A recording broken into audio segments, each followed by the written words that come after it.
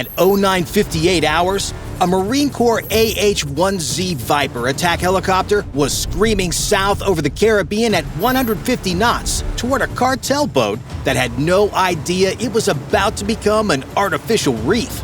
The Viper, basically a flying arsenal with anger management issues, had launched from the USS Iwo Jima 15 minutes earlier.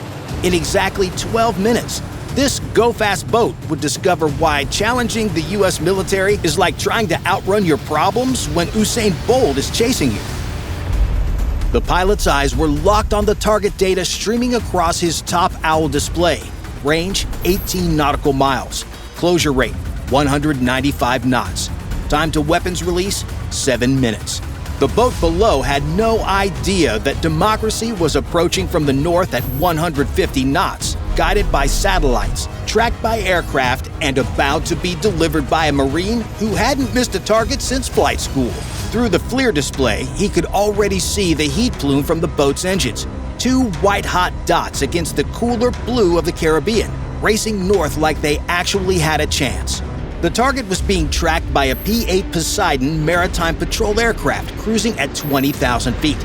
The P-8 is what happens when Boeing takes a 737 and instead of adding more seats for passengers, they stuff it with $400 million worth of sensors. Its AN/APY-10 radar had picked up the classic smuggler signature: twin engines, 45 knots, heading north from Venezuela on what smugglers call the Caribbean Express, which is like I-95 for bad guys. The P-8 even dropped sono buoys to listen to the engine noise. 2 Mercury 300 horsepower outboards running slightly out of sync, because apparently maintenance wasn't in the cartel's budget this quarter.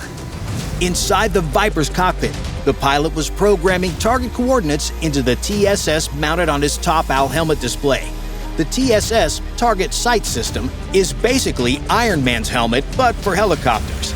This $200,000 piece of headgear weighs 4.6 pounds and projects all of the targeting data directly onto the pilot's visor, letting him look at something and designate it for destruction just by turning his head. The FLIR pod slaved to the helmet meant wherever the pilot looked, the infrared camera followed with resolution so good it could spot a candle from 5 kilometers away. The Viper itself was loaded for bear. 8 AGM-114R Hellfire missiles hung from its stub wings, 4 on each side. The Romeo variant was basically chosen for this mission because of its multi-purpose warhead. It doesn't need to know what kind of target it's hitting. It just needs to delete it.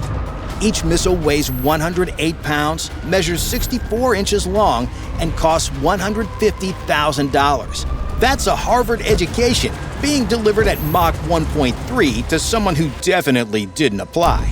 The pilot had already set the laser PRF code to 1113, which is pulse repetition frequency, essentially a unique Morse code for the laser so the missile only follows this specific beam, ignoring everything else including the sun, other lasers, or that disco ball from Studio 54 if it somehow ended up in the Caribbean. The military learned about buddy lashing the hard way, which is why now every laser gets its own special number, like a very deadly phone number that only one missile knows. The helicopter's weapons aren't limited to Hellfires. The chin turret you see here housed an M197 3-barrel 20mm Gatling cannon with 650 rounds capable of swiveling 120 degrees left or right. It could turn a boat into Swiss cheese from 2 kilometers away. But why use bullets when you have a missile that does its own math homework on the way to the target? Through Link 16 Data Link, the military's version of group chat, except instead of sending memes, it sends targeting data. The P-8 was feeding real-time intel.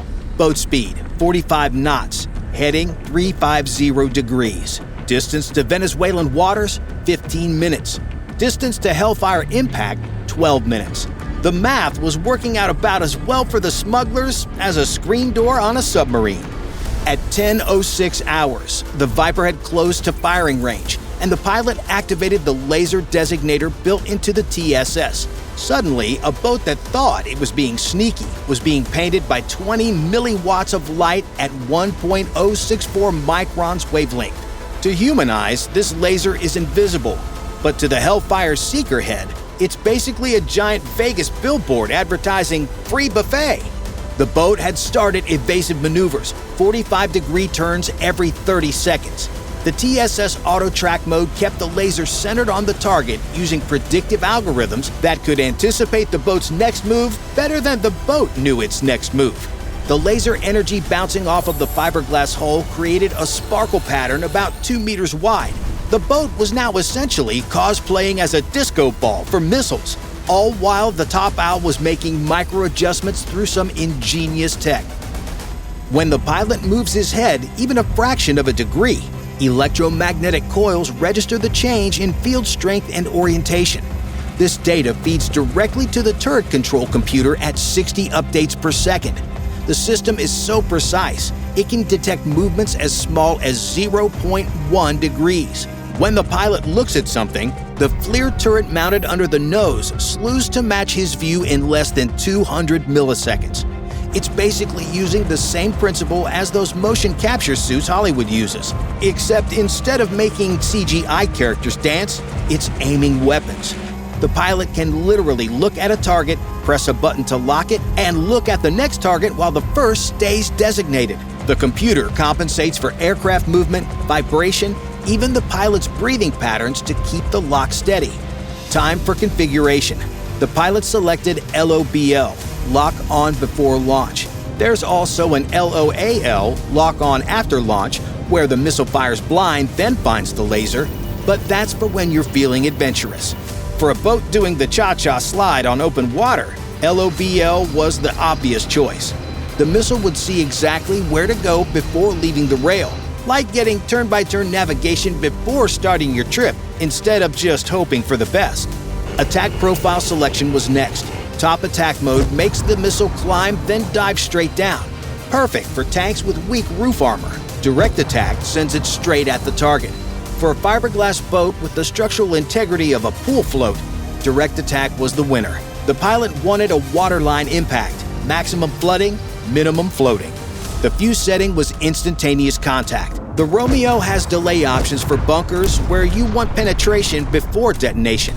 But fiberglass boats have about as much protection as a bikini in a paintball match. Instantaneous contact would ensure the 20-pound warhead introduced itself properly the moment they met. Inside the selected Hellfire, there were a lot of freedom vibes going on. The missile seeker head was cooling to minus 200 degrees Celsius using compressed argon gas. This supercooling reduces thermal noise in the detector, allowing it to see the faintest laser reflections through its germanium lens window. The seeker was already tracking that 1113 PRF pattern, ignoring gun glint, wave reflections, and everything else. It could see the laser sparkle through its 30-degree field of view, waiting to be unleashed like a very expensive, very angry DoorDasher that's always on time. The missile's internal systems were running through pre-launch checks. The ring laser gyroscope started spinning at 40,000 RPM, ready to track every movement during flight. The missile's computer booted up, loading its flight control laws, essentially the physics equations that would guide it home. It ran a built-in test, checking 147 different parameters in less than a second, all green. This missile was healthy and ready to fly. Range check, 5.5 kilometers, perfect. The Hellfire can reach 8 kilometers, but at 5.5, it arrives with maximum kinetic energy and altitude. Laser track, solid as a rock. Despite the boat doing its best mechanical bull impression, all constraints green on the weapons page. The pilot steadied the aircraft at 2,000 feet, reducing vibration for the critical moment. Then came the magic words through his headset. Viper 2-1, your weapons are free. Cleared hot. In military speak, that's permission to express deliver some American diplomacy. At 10:09 hours, the pilot squeezed the weapons release, and the Hellfire left the rail. The solid rocket motor generated 500 pounds of thrust, accelerating the 108-pound missile from 0 to Mach 1.3 in 2.5 seconds. That's 20 Gs of acceleration, enough to turn a watermelon into a smoothie. But the missile's electronics were built for this. The missile's autopilot immediately took control, the brain essentially thinking, okay, I see laser energy bearing at 186, depression angle 12 degrees.